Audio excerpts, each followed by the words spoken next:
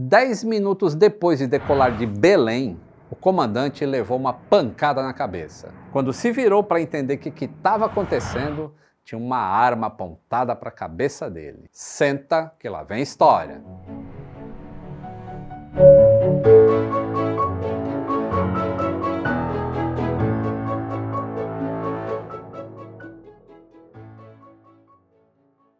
Saudações aeronáuticas. Tudo bem com vocês?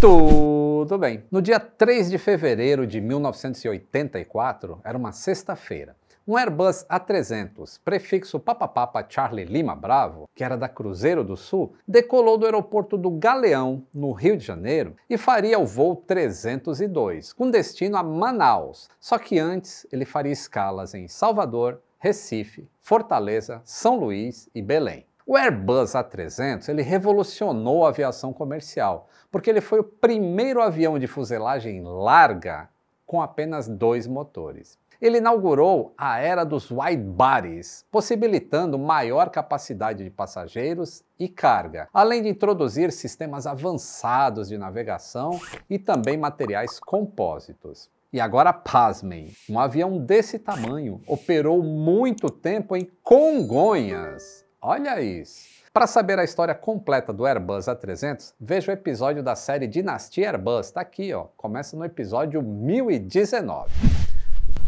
Nada como viajar de férias. Na Suíça então, hein? Olha, nem se fala.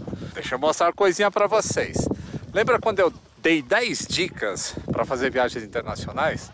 Uma delas era para ter um cartão da Nômade, que aceita em mais de 180 países, não era? Você lembra? E como vocês sabem, o dinheiro aqui na Suíça é o franco, não é o dólar. Mas você pode pagar usando o seu cartão da Nômade sem problemas, porque a conversão é automática. Coisa melhor do que estar de férias passando esse frio e não ficar se preocupando em fazer câmbio.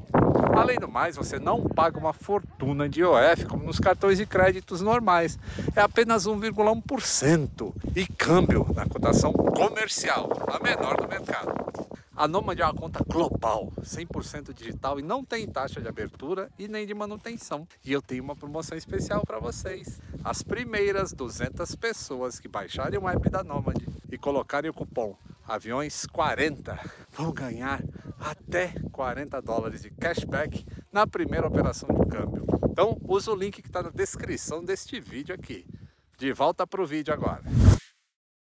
Pois bem, a tripulação do A300 era composta por 2 comandantes, o Milton Cruz e o Jaime Maurício Dani, mais 12 comissários de bordo acompanhavam a tripulação técnica. Depois de cumprir as 4 primeiras escalas, o A300 decolou do Aeroporto Internacional Marechal Cunha Machado, em São Luís, no Maranhão. Era 22h38, levando 162 passageiros, com previsão de pousar no Aeroporto Internacional Valdecans, lá em Belém, 2 horas depois. Só que 10 minutos após a decolagem, foi ouvido um barulho e o comandante Jaime levou uma pancada na cabeça. Quando ele se virou para tentar entender o que estava acontecendo, sentiu o cano de uma arma encostado no seu ouvido e ouviu uma ordem: "Vamos para Cuba ou todo mundo vai morrer agora." Os sequestradores afirmavam ter uma bomba a bordo e que eles iriam explodir a aeronave caso as exigências não fossem atendidas. Antes dos sequestros, lá de 11 de setembro de 2001, as portas dos cockpits dos aviões não eram blindadas e geralmente elas ficavam destrancadas. As pessoas até podiam fazer uma visita ao cockpit de vez em quando. Em 1984, que é o ano que a gente está falando dessa história, o regime era militar aqui no Brasil e já estava perto do seu final, com um movimento de abertura democrática, promovendo grandes comícios pela volta das eleições diretas para presidente no país inteiro. Porém, para um pequeno grupo de subversivos lá do Ceará, a solução para o país estava em um livro escrito por Fernando de Moraes, A Ilha, que tecia um retrato de Cuba pós-revolucionária, através de entrevistas com cubanos de diferentes origens e classes sociais e raça. Esses estudantes eram o João Luiz de Araújo, de apenas 19 anos, Fernando Antônio Santiago, de 21 anos, e a sua esposa Raimunda Santiago, de 22 anos. Na época, se especulou a participação de uma quarta pessoa, de nome Rui Holanda, mas a hipótese foi descartada pela Polícia Federal durante a fase inicial de investigação. A Raimunda levava com ela uma menina pequena, que era filha do casal, com apenas 3 meses de idade. João Luiz e Fernando eram ligados a movimentos estudantis e participavam de atividades subversivas na época, e achavam que um sequestro era a única maneira, ou talvez a maneira mais fácil, de chegar até Cuba. O comandante Jaime, com a arma na cabeça, explicou para o sequestrador que não havia combustível suficiente a bordo para que eles pudessem chegar até Cuba. E recebeu como resposta: "Isso aí é com você. Temos que chegar em Cuba de qualquer maneira.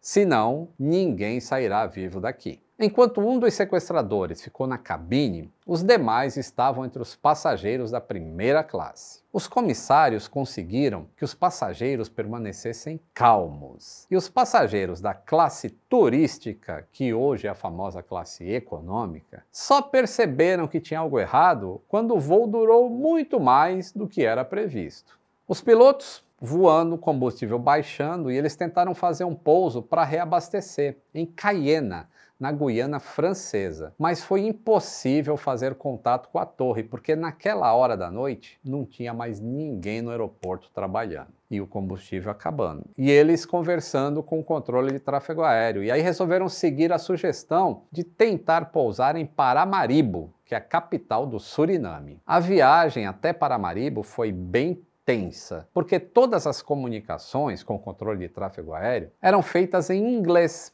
E o sequestrador frequentemente exigia explicações e pedia tradução, e ele desconfiava do que os pilotos poderiam estar falando, ou até mentindo, ou quem sabe preparando uma cilada para eles. E por diversas vezes eles apontavam o revólver em direção aos pilotos e ameaçavam disparar. E o combustível de um voo que saiu de São Luís e ia até Belém e já estava chegando perto de Paramaribo, estava se acabando. Daí um dos comissários mostrou para o sequestrador o painel onde era indicada a quantidade e o consumo de combustível dos motores, para tentar acalmar o sequestrador. Mas com frequência ele dizia para a tripulação: vocês tenham juízo para não causar a morte dos passageiros. O Airbus A300 pousou à 00h56 do dia 4 de fevereiro no aeroporto Zanderij, principal aeroporto internacional do Suriname, na cidade de Paramaribo. Com o combustível que ficou a bordo nos tanques, só seriam possíveis apenas 10 minutos de voo. Os passageiros da classe econômica, que não tinham sido avisados de que o avião tinha sido sequestrado, achavam que tinham pousado em outro lugar por causa da meteorologia. Mas eles nem sabiam, na verdade, onde estavam quando ficaram sabendo que tinham sido sequestrados. Em Paramaribo, o avião foi colocado em uma área afastada e as autoridades locais pediram para que os sequestradores esperassem lá e ficassem calmos. Os sequestradores ordenaram que, em hipótese nenhuma, as portas do avião poderiam ser abertas. Teve início então as negociações com as autoridades locais e com o então embaixador do Brasil lá no Suriname, o Luiz Felipe Lampreia. O medo a bordo era que as exigências não fossem aceitas e os sequestradores cumprissem a ameaça de matar todos os passageiros. Depois de muita negociação, finalmente concordaram em libertar os 162 passageiros em troca de combustível extra e mapas para voar até Cuba, mas ainda mantendo os 14 membros da tripulação a bordo como reféns. Em relação aos mapas, como o Airbus A300 fazia somente voos domésticos aqui no Brasil, os pilotos não dispunham de mapas de navegação para ir até Cuba, por exemplo. E eles já tinham falado isso para o sequestrador Fernando. E o Fernando, cheio de ingenuidade, disse que tinha um mapa na mochila e tirou um mapa daqueles que eram de um atlas escolar, o que mostrava um total desconhecimento, tanto da realidade da aviação, como um despreparo completo de como fazer um sequestro. Era tudo meio improvisado, você vê que não era nada profissional o que eles estavam fazendo. E eu falei Atlas e agora você ficou com uma interrogação no seu rosto, né? O que é Atlas? Se você tem aí, sei lá, menos de 35 anos, não deve nem saber disso. Atlas eram os Google Maps da era analógica. Eram mapas que eram desenhados em uma brochura.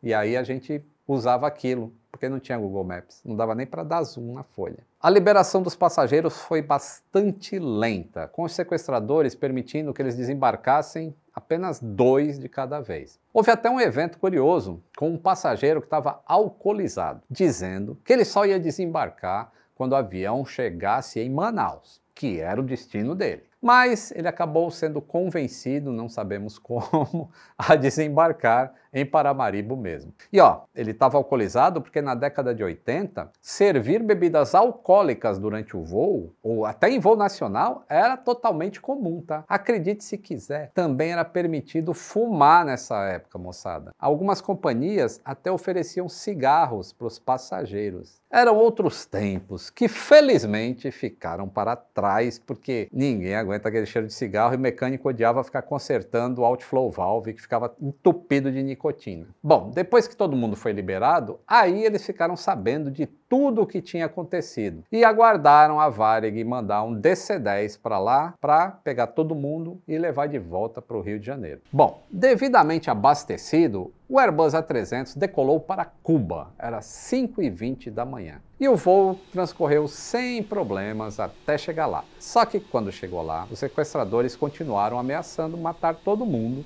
caso alguma coisa prejudicasse o plano deles. E quando eles chegaram lá na região onde iriam pousar, o mau tempo provocou diversas órbitas de espera. E o A300 acabou pousando apenas às 9h42 da manhã, no Aeroporto Internacional Ignacio Agramonte, em Camagüey, Cuba. Oficiais cubanos chegaram até o avião e entraram. Desarmaram os sequestradores e os levaram sob custódia. E a tripulação foi liberada e tiveram condições de retornar para o Brasil sem problemas. Ao contrário de outros eventos, como eu já contei nesse episódio aqui. O governo brasileiro solicitou para o governo cubano que fosse feita a repatriação desses sequestradores. Embora o Brasil, na ocasião, não tivesse relações diplomáticas ou qualquer acordo de extradição com Cuba. Depois de serem interrogados por semanas, para terem certeza do que eles estavam falando, as autoridades cubanas permitiram que esses sequestradores permanecessem no país por apenas 10 anos, tendo todos os estudos deles sendo custeados pelo próprio governo de Cuba. E todos retornaram ao Brasil em 1995, com a prescrição do crime. O Fernando passou a viver no Acre, trabalhando como historiador. O João Luiz virou psicólogo de profissão e foi morar em Crateús. A Raimunda se separou do Fernando ainda lá em Cuba e acabou casando-se novamente com um cidadão cubano. Entre o final ali da década de 1960 e o início dos anos 70, houve pelo menos 15 casos de sequestro de aviões comerciais aqui no Brasil. O destino preferido dos sequestradores?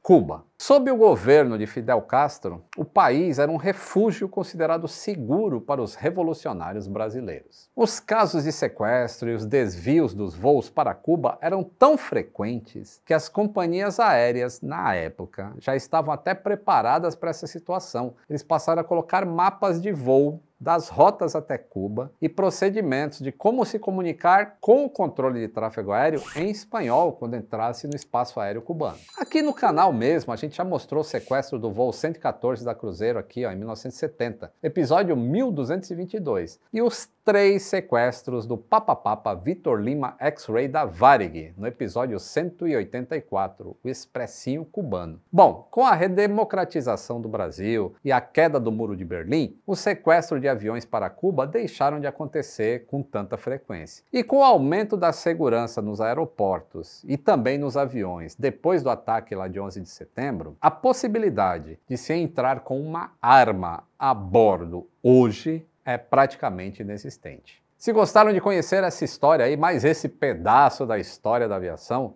Então considere apoiar o canal. Basta clicar no botão aqui, ó, seja membro, e seguir as instruções do YouTube. Também deixe o seu like e se inscreva no canal, tá? Faz bem, é só clicar no botãozinho ali, ó, se inscrever. Um grande abraço e até o próximo voo.